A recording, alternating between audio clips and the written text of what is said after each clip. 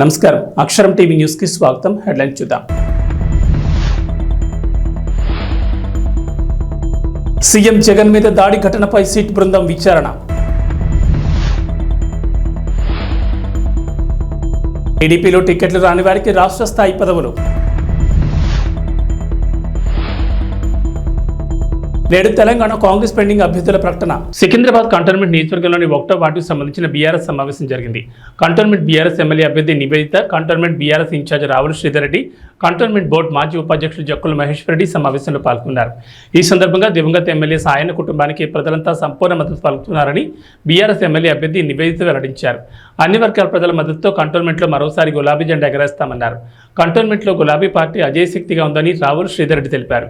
ఏ party నుంచి ఎవరు పోటీ చేసినా కంటోన్మెంట్లో ఎగిరేది గులాబీ జెండానని ఆయన స్పష్టం చేశారు. ప్రజలంతా బీఆర్ఎస్కు ఓటేసేందుకు సిద్ధంగా ఉన్నారని కంటోన్మెంట్ బోర్డు మాజీ ఉపాధ్యక్షులు జక్కుల మహేశ్వర్ రెడ్డి తెలిపారు. తప్పకుండా అండి.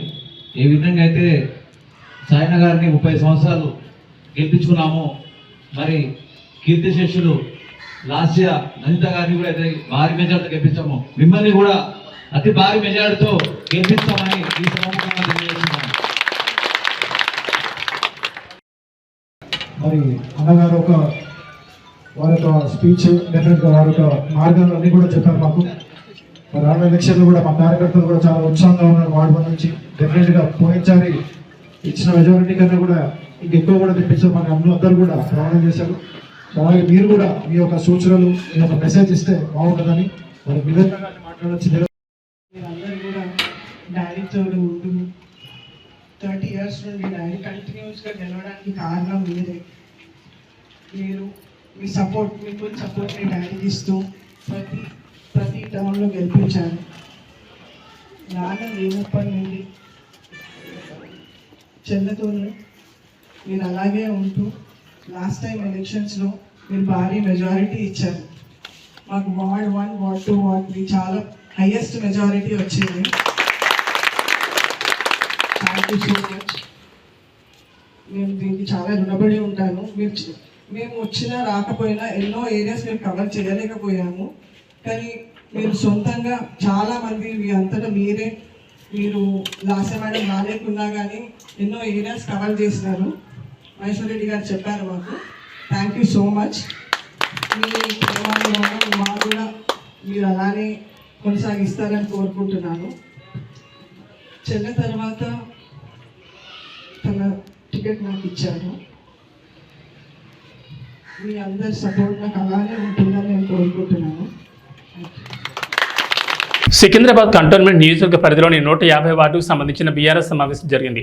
కంటోన్మెంట్ బీఆర్ఎస్ ఎమ్మెల్యే అభ్యర్థి నివేదిత, మల్కాజ్గిరి ఎంపీ అభ్యర్థి సతీమణి రాగిడి రజనీ లక్ష్మారెడ్డి, కుమార్తె మౌనికారెడ్డితో పాటు cantonment BRS incharge Ravula Sridhar Reddy, మాజీ కార్పొరేటర్ ఆకుల రూపాహరి, సీనియర్ నాయకులు హరి ఈ సమావేశంలో పాల్గొన్నారు.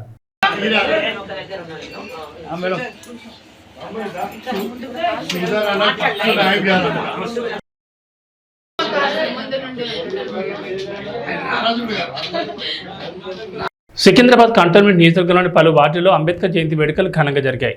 1వ వార్డు మొదలుకొని 8వ వార్డు వరకు, అలాగే 150 డివిజన్లోనూ వేడుకలు నిర్వహించారు. ఈ వేడుకల్లో మాజీ మంత్రి మల్లారెడ్డి, ఎమ్మెల్యే మరి రాజశేఖర రెడ్డి, మల్కాజ్గిరి బీఆర్ఎస్ ఎంపీ అభ్యర్థి రాగిడి లక్ష్మారెడ్డి పలువురు పాల్గొన్నారు.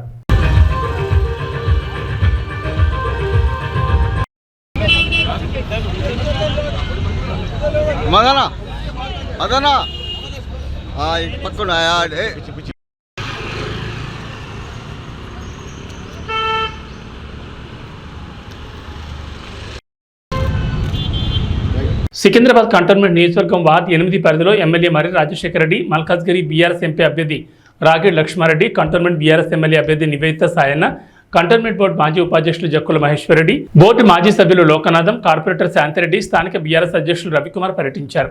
బొల్లారం పార్కులో వాకర్లతో భేటీ అయ్యారు. గత బీఆర్ఎస్ ప్రభుత్వం చేపట్టిన సంక్షేమ కార్యక్రమాల గురించి వివరించారు. బీఆర్ఎస్తోనే ప్రజలందరికీ న్యాయం జరుగుతుందన్నారు. కారు గుర్తుకే ఓటేసి బీఆర్ఎస్ ఎంపీ అభ్యర్థి రాగిడి లక్ష్మారెడ్డి, బీఆర్ఎస్ ఎమ్మెల్యే అభ్యర్థి నివేదిత సాయన్నను భారీ మెజార్టీతో గెలిపించాలని కోరారు.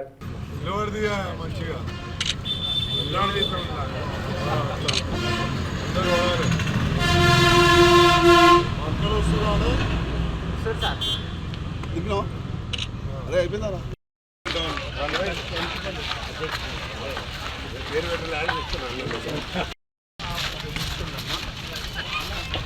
తాడిపత్రి నియోజకవర్గ కాంగ్రెస్ అసెంబ్లీ అభ్యర్థి గుజ్జల నాగిరెడ్డి యాడికిలో ముమ్మర ప్రచారం నిర్వహించారు. ఈ సందర్భంగా కాంగ్రెస్ పార్టీ అధికారంలోకి వస్తే 9 గ్యారంటీ పథకాలు అమలు చేస్తామని గుజ్జల నాగిరెడ్డి తెలిపారు. ఈ కార్యక్రమంలో నాయకులు కార్యకర్తలు పాల్గొన్నారు. ఈరోజు రాజశేఖర రెడ్డి ముఖ్యమంత్రిగా ఉన్నప్పుడు చేసిన కార్యక్రమాలన్నీ నమ్మి జగన్మోహన్ రెడ్డిని గెలిపిస్తే ఈరోజు జనాలకు చేసేది ఏమీ లేదు. కనీసం అందరి నివారణ రైతులకు ఉపయోగపడుతుందంటే ఈరోజు 17.8 టీఎంసీ నీళ్లు రావాల్సిందే ఈరోజు వచ్చేది 10 టీఎంసీ నీళ్ళు. దానివల్ల పిఎంఎఫ్ పంపిణీ చేసి ఎక్కడికి చేయాలి? జాగ్రత్తలు వస్తాయా, యాడికాడలు వస్తాయా, ఏ దానికి లేదు. తర్వాత ఈ విధంగా ఆ ఎస్ఎల్సీ వాటర్ కూడా అంతే. ఏ దాని మీద వాటర్ మీద మనం పోరాటం అనేది లేదు. ఇతను ఎంతసేపు ఉన్నా టోటల్ ఈ మత్తు పదార్థాలు ఈ ద్రవ్యాల మీద పోయినాడంతా దగ్గర ఈ బ్రాంతి ఇది అది నేను దాన్ని మొత్తం తీసేస్తానని చెప్పేసి ఈ పొద్దు 56,000 కోట్లు ఖర్చు పెడతా ఉన్నాడు దాని మీద. దానికి 32,000 కోట్లు మాత్రమే వస్తా ఉందని చెప్తాడు. కానీ ఈ విధంగా ఎంతమంది బీద వాళ్ళు పాపం పనిచేసే వాళ్ళంతా కూడా సర్వనాశనం అయిపోతూ ఉన్నారు. లంగ్స్ దెబ్బతిని అన్ని రోడ్లు చూస్తే భయంకరంగా ఉన్నాయి. 1000 కోట్లు బ్యాంకు నుంచి రుణం తీసుకొచ్చి 300 కోట్లు చేసి మిగతా 700 కోట్లు వినియోగం చేసినాడు. ఎక్కడ రోడ్డు వేయలేదు, ఏమీ వేయలేదు. ఇలాంటి పరిస్థితుల్లో శర్మిలా మేడం ఇవన్నీ గమనించే ఈరోజు వచ్చేసి ఇక్కడ ఆంధ్రప్రదేశ్ పిసిసి అధ్యక్షురాలుగా బాధ్యతలు తీసుకొని వాళ్ళన్నా ఏం తప్పు చేసినారు అనేది తెలుసుకొని ఈవెన్ ఒక రాజధాని లేదు. ఇంతవరకు 3 రాజధానులు అంటారు. ఆ రాజధాని కట్టింది లేదు, ఏమి చేసింది లేదు. ఇంతవరకు ఐటీ కంపెనీలు ఊరు లేదు. యువత అంతా సర్వనాశనం అయిపోయింది. ఇది చేస్తా అది చేస్తా అని చెప్పడం తప్ప అందరినీ సర్వనాశనం చేశారు. రైతులను అయితే ఈరోజు వచ్చేసి రైతు భరోసా కేంద్రం కింద ఇస్తున్నా అది ఇస్తున్నా ఇది ఇస్తున్నా అంటాడు. ఏమి ఇచ్చేది 6,000 బోర్డు ఇచ్చేది కిసాన్ ఇస్తాడు. ఇంకా ఈయన ఇచ్చేది 7,500 అంతకంటే 17,500. రైతు అంటే ఎవరు దేశానికి వెన్నెముక అంటాడు. అటువంటి వాళ్ళను పూర్తిగా అప్రమత్తం చేసి వాళ్ళు వదిలేసినాడు. ఇవన్నీ వదిలేసినాడు కాబట్టి శర్మిలా మేడం నాయకత్వం అయింది. ప్రత్యేక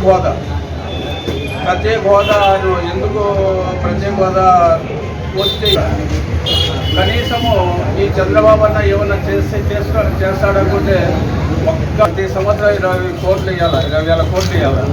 బిల్డింగ్లకు ఒక పైసా ఇవ్వలేదు. ఇంతవరకు ఏమీ చేయలేదు ఆయన. కనీసం ఎన్ని ఏళ్ళలో ఉప్పు కోసం మన దాన్ని స్థాపించుకుంటే ఉప్పు కూడా పోయే పరిస్థితి, ఉప్పు పరిశ్రమ కూడా పొయ్యగలిగే పరిస్థితి ఉంటుంది. ఇవన్నీ కూడా శ్రీ పొట్టి శ్రీరాములు నెల్లూరు జిల్లా ఆత్మకూరు పురపాలక సంఘం చైర్పర్సన్ గోపవరం వెంకటరమణ టీడీపీ తీర్థం పుచ్చుకున్నారు. ఆత్మకూరు టీడీపీ ఎమ్మెల్యే అభ్యర్థి ఆనం రామనారాయణ రెడ్డి వారికి పార్టీ కండువ కప్పి సాదరంగా ఆహ్వానించారు. ఆత్మకూరు మండలం నాగులపాడు గ్రామంలో జరిగిన ఎన్నికల ప్రచారంలో చైర్పర్సన్తో వైస్ చైర్మన్ సర్దార్ మరో 4 కౌన్సిలర్లు కూడా వైసీపీని వీడి టీడీపీలో చేరారు.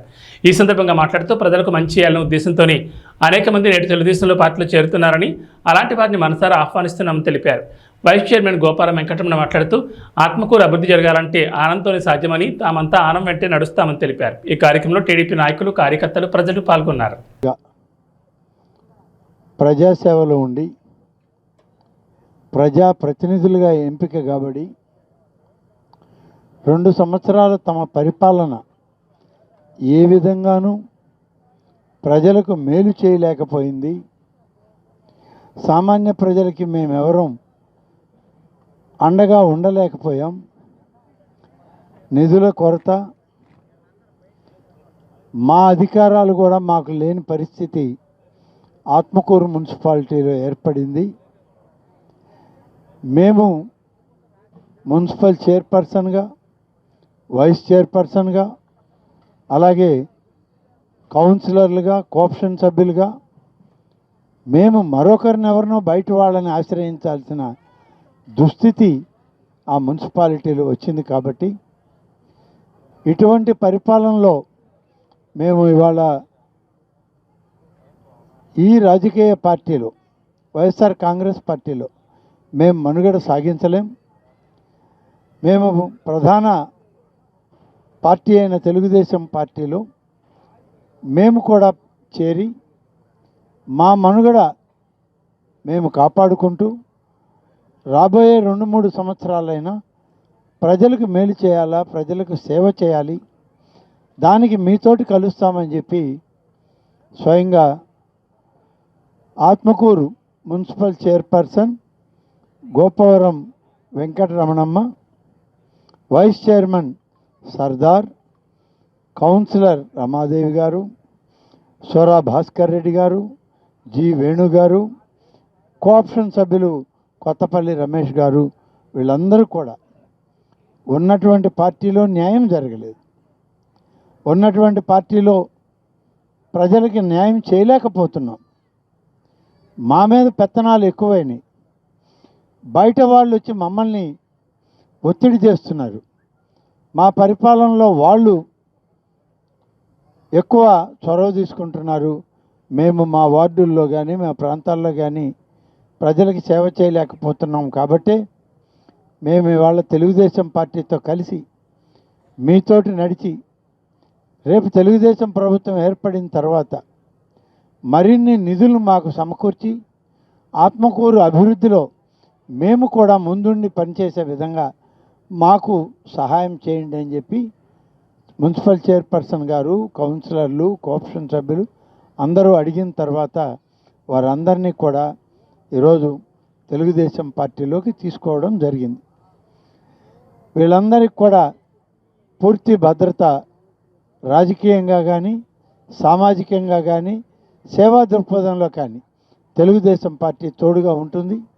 తెలుగుదేశం పార్టీ నాయకత్వం వాళ్ళకి అండగా నిలుస్తుందని చెప్పి నేను ఈ సందర్భంగా తెలియజేస్తూ మున్సిపల్ చైర్పర్సన్తో పాటు వెంకటరమణమ్మ గారితో సర్దార్ గారు, రమాదేవి గారు, సోరా భాస్కర్ రెడ్డి గారు, జి వేణు గారు, కోఆప్షన్ సభ్యులైన కొత్తపల్లి రమేష్ గారులని మనం మనస్ఫూర్తిగా వాళ్ళని స్వాగతం పలుకుతున్నాం.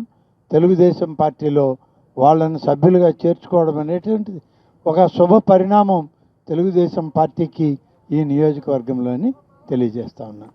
హైదరాబాద్లో నరసరావుపేట ఎమ్మెల్యే డాక్టర్ గోపిరెడ్డి శ్రీనివాసరెడ్డి ఆధ్వర్యంలో ఆత్మీయ సమావేశం జరిగింది. ఈ కార్యక్రమానికి ముఖ్య అతిథిగా Narasaraopet MLA doctor Gopireddy Srinivasareddy, Narasaraopet parliament MP అభ్యర్థి అనిల్ కుమార్ యాదవ్ పాల్గొన్నారు. ఈ సందర్భంగా మాట్లాడుతూ ఏ రాష్ట్రంలో లేని విధంగా ఆంధ్రప్రదేశ్లో సచివాలయ వ్యవస్థ తీసుకొచ్చి గ్రామాల్లో ఎంతో అభివృద్ధి చేశారన్నారు. వాలంటరీ వ్యవస్థ కూడా ఎక్కడా లేని విధంగా ప్రతి కుటుంబానికి సంక్షేమ పథకాలు అందించాలని అన్నారు. ఈ కార్యక్రమంలో హైదరాబాద్ వైఎస్ఆర్ కాంగ్రెస్ పార్టీ నాయకులు, కార్యకర్తలు పాల్గొన్నారు.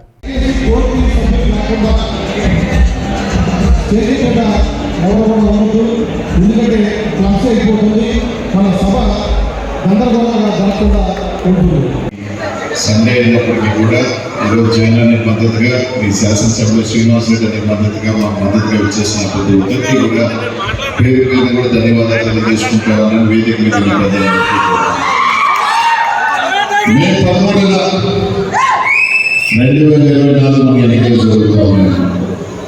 ఇక్కడున్న ప్రతి ఒక్కరు కూడా గుర్తుపెట్టుకోవాల్సిన అవసరం ఉంది. ఏంటంటే ఈ ఎన్నిక ఒక చారిత్రాత్మక ఎన్నిక. ఎందుకు చెప్తున్నాను అంటే చారిత్రాత్మక ఎన్నికని, ఈ ఎన్నికలో మనం పెద్ద మెజారిటీతో మనం వైఎస్ఆర్ కాంగ్రెస్ పార్టీ గెలుస్తుంది కూడా, గెలుస్తుంది. 40 సంవత్సరాల తెలుగుదేశం పార్టీని శాశ్వతంగా మూసే అవకాశం ఎందుకంటే ఆ పార్టీ అధ్యక్షుడు ఇప్పటికీ 75, ఇప్పుడే చాలా ఇబ్బందులు పడుతూ ఉన్నాడు. ఈసారి మనం కానీ బలంగా కొట్టామంటే వచ్చే ఎన్నికకి కనీసం తిరగలేని పరిస్థితి, ఆ పార్టీని మోసే పరిస్థితి ఆయన కొడుకు పుత్రత్వం పప్పుకి అసలు లేదు. కాబట్టి ఖచ్చితంగా ఆ పార్టీని తీసుకువెళ్ళి బీజేపీలోనూ ఇంకో పార్టీలో కలిపే దుస్థితి వస్తుంది. కాబట్టి ఈ చారిత్రాత్మక ఎన్నికల్లో మీ అందరూ కూడా భాగస్వాములు అవ్వాల్సిన పరిస్థితి ఉందని చెప్పి అందరూ కూడా తెలియజేస్తారు. పథకాల గురించి అందరూ చెప్పాల్సిన అవసరం లేదు, మా అందరికన్నా మీకే పథకాలు ఎక్కువ తెలుసు. నర్సరావుపేట పార్లమెంట్ అభివృద్ధి గురించి సీనియర్ ఎలాగో చెప్పాడు. ఇక్కడ మీ అందరికీ కూడా చెప్తా ఉన్నా, వింటారు, మీరు ఇన్ఫ్లుయెన్స్ చేయగలిగిన వాళ్ళు ఉన్న వాళ్ళందరూ కూడా 4 రోజులు 5 రోజులు ఏముందరే సినిమా గెలుస్తారు నరసరావుపేట ఎలాగో మన వైఎస్ఆర్ కాంగ్రెస్ పార్టీ కంచుకోవటం ఇలా కాకుండా ప్రతి ఓటు కూడా మీరు ఎంత మెజారిటీ పెంచితే అంత ఇదిగా కూడా మనకి బలం చేకూరుతుందని చెప్పి అందరికీ కూడా తెలియజేస్తున్నాను. కాబట్టి ప్రతి ఒక్కరు కూడా 3-4 రోజుల పాటు ప్రతి ఒక్కరు కూడా మీరు మీ టైంని వెచ్చించి ఆ రోజు మీ గ్రామాల్లోనూ మీ ప్రాంతాల నగరంలోనూ వచ్చి మీరే కాకుండా మీ స్నేహితులకి కూడా అందరికీ చెప్పి ఒక మంచి మెజారిటీ మీ శాసనసభ్యుల్ని ఎంపీగా నాకు ఇవ్వాలని కోరుకుంటాము. ఈరోజు నిన్న మొట్టమొదటిగా జగన్మోహన్ రెడ్డి గారు ఏం చేశారు? 5 సంవత్సరాలు ఒక మంచి సచివాలయ వ్యవస్థ తీసుకొచ్చారు. ఈ వ్యవస్థ దేశంలో ఎక్కడా లేదు. మహాత్మా గాంధీ గారు కలగన్నారు, కానీ ఆ తర్వాత ఈ దేశంలో ఎక్కడా లేని మంచి వ్యవస్థ తీసుకొచ్చి గ్రామాల్లో ఈరోజు 11 మంది ఉద్యోగస్తులు నియమించి ప్రతి సచివాలయం కూడా అద్భుతమైన సేవలు అందించే కార్యక్రమం చేశారు. ఈరోజు సచివాలయ వ్యవస్థ కాదు, వాలంటీర్ వ్యవస్థ అద్భుతంగా ఈరోజు పనిచేస్తుంది. వాలంటీర్లు మనం చూసాం. 1 నెల పెన్షన్ ఇవ్వకపోతే మొన్న ఈ రాష్ట్రం అంతా ఎంతమంది ఇబ్బంది పడ్డారో ఒకరోజు మార్చి ఏప్రిల్ 1 కదా మనందరికీ అర్థమైంది 3 రోజులు. కాబట్టి ఈ 2 వ్యవస్థలు తీసుకొచ్చిన వ్యక్తి జగన్మోహన్ రెడ్డి. అలానే ఈరోజు ఆరోగ్య కేంద్రాలు, విలేజ్ హెల్త్ క్లినిక్స్ అద్భుతంగా ఈరోజు ప్రతి గ్రామానికి కూడా తీసుకురావాలి. వీటి వల్ల ఏ లాభం జరుగుతుందో ఒకసారి ఆలోచన చేయాలి. ఈరోజు పేదలకి ఉచితంగా మందులు ఇచ్చే కార్యక్రమం. ఈరోజు హాస్పిటల్కి వచ్చి మరి మందులు కొనుక్కోలేని వాళ్ళు చాలా ఉన్నారు. వాళ్ళందరికీ ఉచితంగా పరీక్షలు చేసే కార్యక్రమం, ఉచితంగా ఈరోజు మందులు ఇచ్చే కార్యక్రమం అద్భుతంగా జరుగుతుంది. పేదవాళ్ళు ఇవాళ చాలా సంతోషంగా ఉన్నారు. అలానే రైతు భరోసా కేంద్రాలు చాలా అద్భుతంగా ఉన్నాయి. ఈరోజు బ్రహ్మాండంగా రైతులకి అన్ని రకాలుగా ఈరోజు మరి ఆదరించే కార్యక్రమం చేస్తుంది ప్రభుత్వం. అట్లానే ఇంకొక అద్భుతమైన విషయం నాడు నేడు పాఠశాల. ఈరోజు కుప్పం నియోజకవర్గంలో చంద్రబాబు నాయుడు ఒక్క పాఠశాల కూడా కాదు. ఈరోజు జగన్మోహన్ రెడ్డి గారి రాష్ట్రంలో 16,000 కోట్లు ఖర్చు పెట్టి దాదాపు 35,000 పాఠశాలని అద్భుతంగా తెచ్చింది. ఎస్, జగన్మోహన్ రెడ్డి గారు అభివృద్ధి లేదని చెప్తా ఉన్నారు. ఎంత దీర్ఘకాలికంగా ఈరోజు ప్రణాళికలు వేస్తున్నారో ఒకసారి ఆలోచన. ఈరోజు దాని ఫలితాలు ఈరోజు తెలియకపోవచ్చు, కానీ మీ పిల్లలు ఇంగ్లీష్ మీడియం చదివించుకున్నారు. పేద పిల్లలు ఈరోజు ఇంగ్లీష్ మీడియంలో చదివించుకున్నారు. అద్భుతంగా పాఠశాలలో అన్ని వస్తువులు కల్పించారు. నాకు తెలుసు, స్వయంగా నేను ఎమ్మెల్యేగా గెలిచినప్పుడు గ్రామానికి వెళ్ళాను. నరసరావుపేటలో స్థానిక పట్టాభిరామస్వామి కళ్యాణ మండపంలో టీడీపీ ఆర్యవయసుల ఆత్మీయ సమావేశం జరిగింది. ఈ సమావేశానికి ముఖ్య అతిథులుగా నరసరావుపేట పార్లమెంట్ ఎంపీ అభ్యర్థి లావు శ్రీకృష్ణదేవరాయలు, జనసేన పార్టీ రాష్ట్ర ప్రధాన కార్యదర్శి శ్రీనివాస్ యాదవ్, నియోజకవర్గ టీడీపీ ఎమ్మెల్యే అభ్యర్థి చదవాడ అరవిందబాబు, జనసేన పార్టీ నియోజకవర్గ ఇన్ఛార్జ్ సయ్యద్ జలానీ, రాష్ట్ర గోల్డ్ పర్సెంట్ అసోసియేషన్ రాష్ట్ర అధ్యక్షులు కపలవాయి విజయ్ కుమార్, తెలుగుదేశం సీనియర్ నాయకులు పాల్గొన్నారు. ఆర్యవయసులు పిలుపు, అరవిందబాబు గెలుపు అంటూ నినాదాలు చేశారు. ఈ కార్యక్రమంలో ఆర్యవయసులు, టీడీపీ, జనసేన, బీజేపీ నాయకులు, కార్యకర్తలు, మహిళలు భారీగా పాల్గొన్నారు.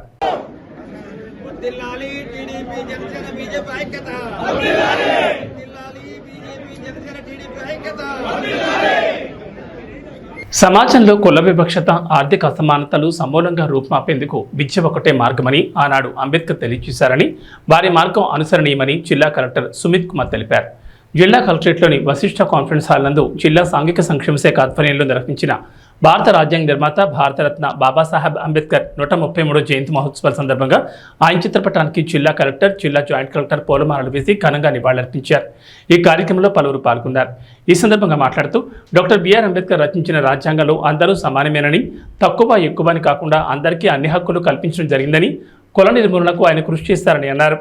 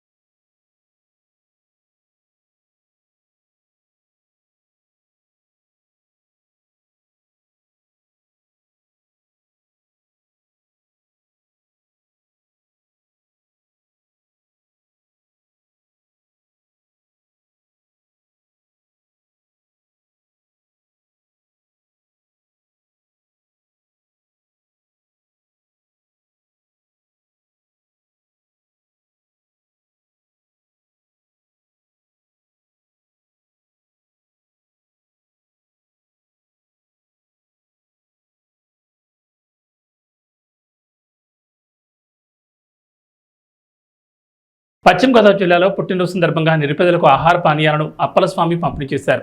ఈ సందర్భంగా పుట్టినరోజు అందరూ జరుపుకుంటారు, కానీ కొంతమందికి మంచి మనసు ఉంటుంది.